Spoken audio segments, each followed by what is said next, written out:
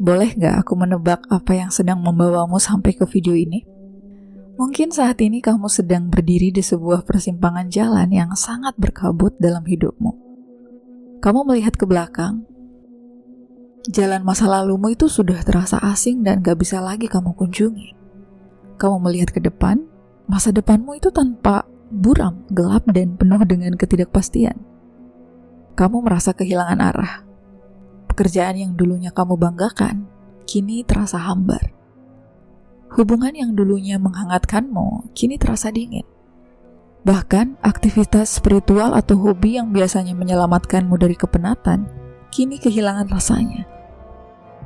Kamu sedang mengalami apa yang para tetua spiritual itu sebut sebagai spiritual dryness.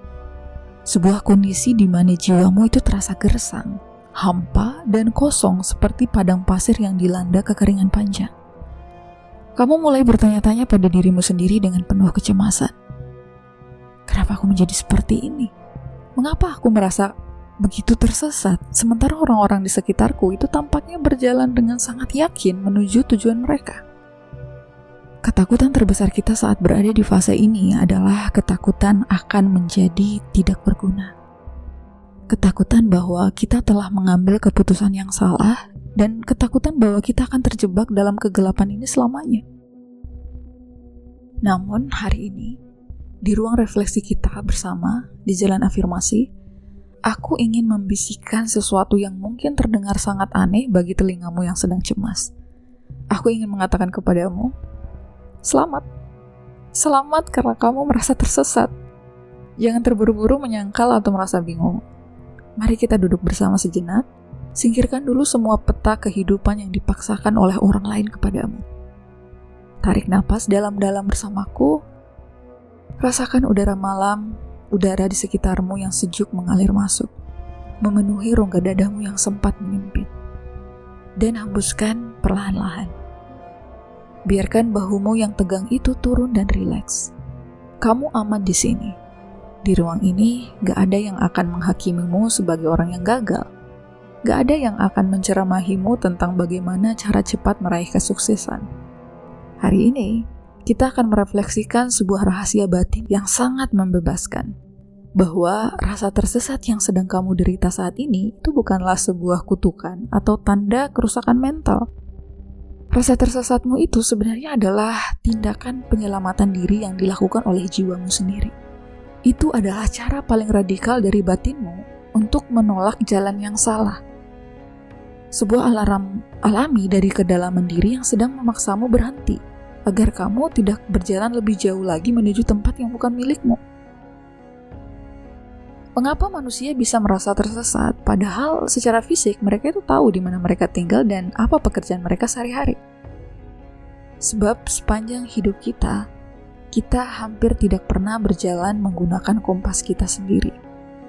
Sejak kita kecil, kita dipinjami kompas-kompas asing oleh dunia luar kita. Kita memakai kompas milik orang tua kita, kompas milik guru-guru kita, kompas milik tren media sosial, dan kompas milik ekspektasi lingkungan sosial kita. Kita berjalan mengikuti jarum jam kompas asing itu dengan sangat patuh. Kita mengejar nilai yang bagus, kita mengambil jurusan kuliah yang dianggap aman, kita memilih karir yang terlihat terhormat di mata keluarga besar, dan kita membeli barang-barang yang mewah agar dianggap setara oleh pergaulan kita. Kita berjalan sangat jauh, melewati bukit demi bukit kehidupan. Namun ada satu titik di mana sistem batiniah kita itu gak bisa lagi menerima kebohongan tersebut. Ketika kamu mengalami spiritual dryness atau kehampaan spiritual, itu adalah momen di mana jiwamu itu melakukan mogok kerja secara massal. Jiwamu berkata kepada manusiamu, cukup. Aku tidak mau lagi melangkah 1 senti pun di atas jalan ini. Ini bukan jalanku. Ini adalah jalan milik orang lain yang kamu paksakan untuk kupikul. Rasa hambar yang kamu rasakan pada hal-hal yang dulunya kamu sukai adalah bentuk penolakan suci. Batinmu itu sedang menutup semua pintu pasokan energi palsu dari luar, agar kamu terpaksa memalingkan wajahmu ke dalam. Rasa tersesat adalah cara semesta untuk menahanmu, untuk mengisolasimu sejenak di sebuah ruang sunyi. Karena jika kamu tidak dihentikan lewat rasa hampa ini, kamu akan terus berlari menjauh dari dirimu yang sejati sampai kamu lupa jalan untuk pulang. Mari kita renungkan analogi ini di dalam keheningan batin kita. Jika sebuah mobil terus-menerus dipaksa berjalan di atas jalur yang rusak dan berbatu oleh pengemudinya yang keras kepala, apa yang akan dilakukan oleh mobil tersebut? Pasti mesinnya akan mulai panas, indikator di dashboard akan menyala merah, dan akhirnya mobil itu akan mogok di tengah jalan. Mogoknya mobil tersebut bukanlah sebuah kejahatan. Itu adalah mekanisme pertahanan agar mesin mobil tersebut itu nggak hancur berantakan menjadi kepingan logam. Kondisi batinmu saat ini sama persis dengan mobil yang sedang mogok tersebut. Jiwamu itu sedang menyalakan lampu indikator merah di dashboard kesadaranmu. Ia ingin kamu berhenti mengejar. Ia ingin kamu berhenti membuktikan diri. Ia ingin kamu meletakkan semua tuntutan untuk menjadi ini dan itu. Rasa tersesat adalah undangan suci dari batinmu untuk memulai seni mendengarkan kembali apa yang disebut dengan kompas batin. Untuk belajar bagaimana cara menggunakan kompas batin ini tanpa ada rasa memaksa, mari kita menyeberang ke masa lalu, menuju negeri Cina kuno pada abad ke-6 sebelum Masehi. Kita akan mendengarkan petuah dari seorang bijak misterius bernama Lao Tzu, seorang pemula dari aliran filsafat abadi, Taoisme. Dalam kitab legendarisnya, Tao Te Ching, Lao Tzu membahas dua konsep spiritual yang sangat indah untuk memulihkan jiwa-jiwa yang sedang kebingungan. Dao, jalan semesta, dan Te, kebajikan, kekuatan alami atau daya hidup unik. Para leluhur Tao itu percaya bahwa setiap makhluk di bawah kolong langit ini itu dilahirkan dengan membawa Te-nya masing-masing. Te itu adalah insting ilahi. Insting di mana sebuah biji tumbuhan ya, itu tahu bagaimana dia harus tumbuh. Te juga itu seperti kompas bawaan yang ada pada burung, kawanan burung misalnya, itu untuk tahu kemana harus bermigrasi saat musim dingin tiba. Lao Tzu mengamati bahwa penderitaan terbesar manusia modern, bahkan di zamannya dulu, itu terjadi karena manusia itu terlalu banyak menggunakan akal ego mereka untuk memaksa kehidupan berjalan sesuai keinginan mereka. Suatu kondisi yang bertentangan dengan hukum Tao. Kita gemar memoles diri kita agar terlihat seperti orang lain. Kita memaksa diri kita bertarung di medan yang bukan wilayah bakat alami kita. Kita itu seolah-olah sedang mencoba membuat seekor ikan terbang di udara atau memaksa seekor burung menyelam di dalam samudera. Kita melawan alam semesta, itu namanya. Ketika kita melakukan hal tersebut, kita sedang merusak daya hidup alami atau Te di dalam diri kita. Dan akibatnya adalah disorientasi jiwa. Kita merasa tersesat di dalam labirin ambisi diri kita sendiri. Lalu, apa solusi dari Taoisme untuk jiwa yang sedang kehilangan arah? Jawabannya sangat sederhana, namun menuntut kepasrahan yang radikal. Menirulah pada sifat air. Lao Tzu menulis, kebaikan tertinggi adalah seperti air. Air memberikan manfaat kepada segala sesuatu tanpa ada rasa bersaing. Ia mengalir ke tempat-tempat yang rendah yang dihindari oleh manusia. Dan karena itulah sifat air sangat dekat dengan Tao. Coba kita perhatikan bagaimana air berjalan di alam bebas. Ketika air mengalir dari hulu gunung dan tiba-tiba perjalanannya dihalangi oleh sebuah batu raksasa yang sangat keras, apakah air itu akan stres dan tiba-tiba berhenti? Apakah air itu akan memukulkan dirinya ke batu tersebut dengan penuh amarah dan merasa hidupnya telah gagal? Tidak dong. Air tidak pernah memaksakan jalannya. Ia akan berhenti sejenak, menggenang dengan tenang, mengumpulkan volumenya tanpa suara, lalu dengan penuh kelembutan ia akan mencari celah kecil di samping batu, atau melompati bagian atas batu untuk melanjutkan perjalanannya menuju samudera yang luas. Air selalu tahu kemana harus mengalir, bukan karena ia memiliki peta tertulis, melainkan karena ia patuh pada hukum gravitasi alam. Ia bergerak menggunakan Te-nya. Ketika kamu merasa tersesat dan hampa saat ini, kebijaksanaan Taoisme mengajakmu untuk berhenti menjadi batu yang keras yang mencoba melawan takdir alamimu. Berhentilah memaksa. Lepaskan dulu semua obsesimu untuk mengendalikan masa depan. Jadilah seperti air yang sedang terhalang oleh batu. Gunakan fase tersesat ini sebagai momen untuk menggenang dengan tenang di dalam keheningan. Biarkan volume spiritualmu bertambah kuat melalui perenungan. Ketika kamu berhenti memaksa dan mulai mendengarkan keheningan di dalam jiwamu, kompas batinmu, daya hidup milikmu akan menunjuk ke arah yang tepat secara alami, tanpa perlu kamu cari dengan kepanikan ego. Jika kearifan Taoisme mengajari kita untuk mengalir seperti air, maka lembaran sejarah spiritual dari dunia Sufisme menyajikan sebuah kisah nyata yang sangat dramatis tentang bagaimana rasa tersesat bisa menjadi pintu gerbang menuju kemerdekaan jiwa yang sejati. Ini adalah kisah tentang Ibrahim bin Adham, seorang raja agung yang memerintah wilayah Balkh di Persia pada abad ke-8. Ibrahim bin Adham memiliki segala hal yang diimpikan oleh manusia modern hari ini sebagai puncak tertinggi dari kesuksesan, yaitu tahta kekuasaan yang mutlak, harta yang gak akan pernah habis 7 turunan, pelayan yang siap sedia memenuhi setiap keinginan, dan kehormatan yang luar biasa di mata rakyatnya. Ia berada di puncak dunia materi. Namun, di dalam lubuk hatinya yang paling dalam, Ibrahim merasakan sebuah kegersangan batin yang luar biasa. Setiap kali ia duduk di atas tahta emasnya, jiwanya berbisik bahwa ia sedang mengenakan pakaian yang salah. Ia merasa sangat hampa di tengah kemegahan istana. Jiwanya meronta-ronta karena merasa tersesat di dalam identitasnya sebagai seorang raja. Hingga pada suatu malam, sebuah peristiwa mistis memecah keheningan malam istananya.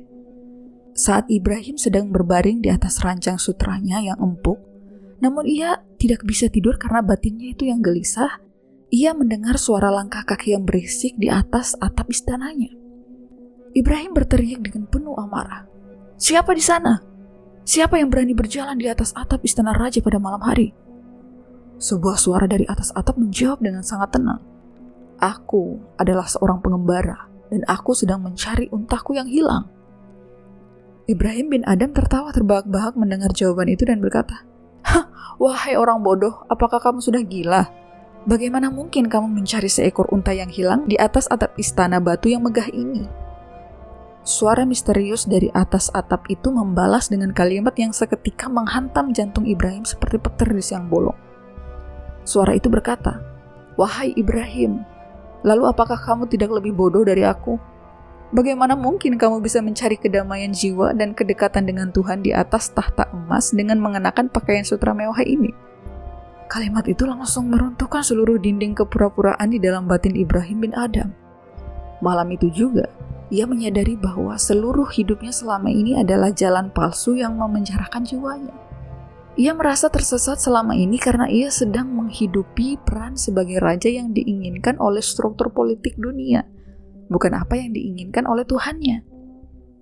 Keesokan harinya, Ibrahim bin Adham melakukan tindakan yang dianggap gila oleh seluruh negerinya.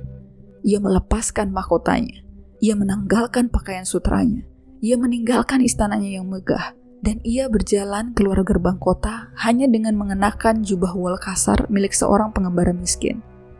Ia memilih untuk menjadi orang yang tersesat di mata manusia demi bisa ditemukan oleh Tuhannya. Ibrahim bin Adham kemudian tumbuh menjadi salah satu guru sufi paling berpengaruh di dalam sejarah. Seorang manusia yang jiwanya memancarkan kedamaian yang begitu melimpah, sehingga raja-raja lain di zamannya justru datang bersujud kepadanya untuk meminta berkah spiritual. Mari kita bercermin pada kisah Ibrahim bin Adham di dalam ruang refleksi kita malam ini. Apakah rasa tersesat dan hampa yang sedang kamu rasakan saat ini terjadi karena kamu sedang dipaksa oleh egomu untuk mencari unta di atas atap istana? Apakah kamu sedang mencari kebahagiaan dan arti hidup di tempat-tempat yang salah? Di dalam pujian manusia, di dalam tumpukan materi, atau di dalam validasi sosial yang hampa? Jika iya, maka bersyukurlah atas rasa hampamu saat ini. Itu adalah suara misterius di atas atap istanamu yang sedang mengingatkanmu untuk segera menanggalkan jubah palsumu dan mulai melangkah pulang ke pelukan dirimu yang sejati. Lalu, bagaimana cara praktis untuk membaca koordinat dari kompas batin kita saat kabut kehidupan masih tebal menyelimuti langkah kita? Langkah pertama dan yang paling utama adalah berhentilah mencari jawaban dari luar. Ketika kita merasa tersesat, kesalahan terbesar kita adalah kita langsung berlari menemui orang lain untuk meminta petunjuk arah. Kita bertanya kepada teman kita membaca ratusan artikel motivasi, kita mengikuti seminar-seminar pengembangan diri yang bising, kita mengira orang lain memegang peta jalan hidup kita. Padahal, tindakan itu hanya akan menambah kebisingan di dalam kepala kita. Kamu gak akan bisa mendengarkan bisikan halus dari kompas batinmu jika telingamu dipenuhi oleh paduan suara pendapat orang lain. Kompas batinmu itu gak berbicara menggunakan bahasa verbal yang berisik. Ia berbicara melalui bahasa keheningan, rasa damai, dan getaran fisik. Coba deh perhatikan tubuhmu saat kamu dihadapkan pada sebuah pilihan atau saat kamu sedang menjalani rutinitasmu saat ini. Jika di dalam kepalamu kamu berkata bahwa pekerjaan ini menghasilkan banyak uang dan terlihat keren, namun setiap kali kamu ingin berangkat kerja, perutmu itu terasa mulas, dadamu sesak, dan jiwamu itu merasa tersiksa. Itu adalah cara kompas batinmu memberikan sinyal koordinat yang salah. Tubuhmu itu gak bisa berbohong. Ia adalah perpanjangan tangan dari jiwamu. Sebaliknya, perhatikan aktivitas-aktivitas kecil apa yang ketika kamu melakukannya, batinmu itu merasakan sebuah kelegaan yang mendalam, rasa tenang yang luas, dan sebuah kepuasan yang gak bisa diukur dengan materi. Aktivitas itu mungkin hal yang sangat sepele di mata dunia, seperti mungkin menulis catatan harian, berkebun di halaman rumah, memasak untuk orang tersayang, atau sekadar duduk bermeditasi di sudut kamar. Disitulah jarum kompas batinmu itu sedang menunjuk. Ia menunjuk pada hal-hal yang selaras dengan daya hidup alami temu. Jangan cemas jika jarum kompas itu belum menunjukkan gambaran peta jangka panjang yang jelas untuk 5 atau 10 tahun ke depan. Di dalam kabut kehidupan yang tebal, kamu gak membutuhkan lampu sorot raksasa yang bisa menerangi seluruh isi hutan. Kamu hanya membutuhkan sebatang lilin kecil yang bisa menerangi satu langkah kaki di depanmu. Lakukan satu langkah kecil yang membawa rasa damai di hatimu hari ini. Hanya satu langkah. Selesaikan hari ini dengan penuh kesadaran dan keikhlasan. Ketika kamu berani mengambil satu langkah yang selaras dengan kompas batinmu, kabut di depanmu akan bergeser maju satu langkah secara otomatis. Begitulah cara air mengalir menembus bebatuan. Ia nggak memikirkan di mana samudera berada saat ia masih berada di hulu sungai. Ia hanya mengalir ke celah terdekat yang paling memungkinkannya untuk bergerak maju dengan damai. So, hari ini kita telah memahami bahwa rasa tersesatmu itu bukanlah tanda kehancuran, melainkan awal dari proses navigasi suci jiwamu untuk pulang ke jalan yang benar. Kabut di kepalamu pasti sekarang udah mulai menipis, dan suara bising dunia luar perlahan-lahan meredup dari dinding batinmu. Mari kita kunci kesadaran pemulihan ini ke dalam lapisan terdalam dari pikiran bawah sadarmu. Pejamkan matamu dengan lembut dimanapun kamu berada saat ini. Letakkan tangan kirimu di atas perutmu, pusat dari energi keheningan air, dan letakkan tangan kananmu di atas dadamu, pusat dari kompas batinmu. Tarik napasmu dengan sangat lambat dan dalam lewat hidung. Rasakan udara sejuk mengalir masuk seperti mata air pegunungan yang jernih, membersihkan semua sisa kecemasan di jiwamu. Tahan sejenak kesadaran itu di dalam dadamu, dan hembuskan perlahan-lahan lewat mulut. Lepaskan semua keterikatanmu pada masa depan yang belum lahir. Ikuti kata-kataku di dalam keheningan batinmu dengan penuh keyakinan dan kedamaian. Aku tidak tersesat, aku hanya sedang dituntun kembali ke jalan yang benar. Aku memaafkan diriku karena selama ini telah berjalan mengikuti kompas dan kemauan orang lain. Aku memilih untuk berhenti memaksa dan mengalir dengan penuh kepasrahan seperti air yang suci.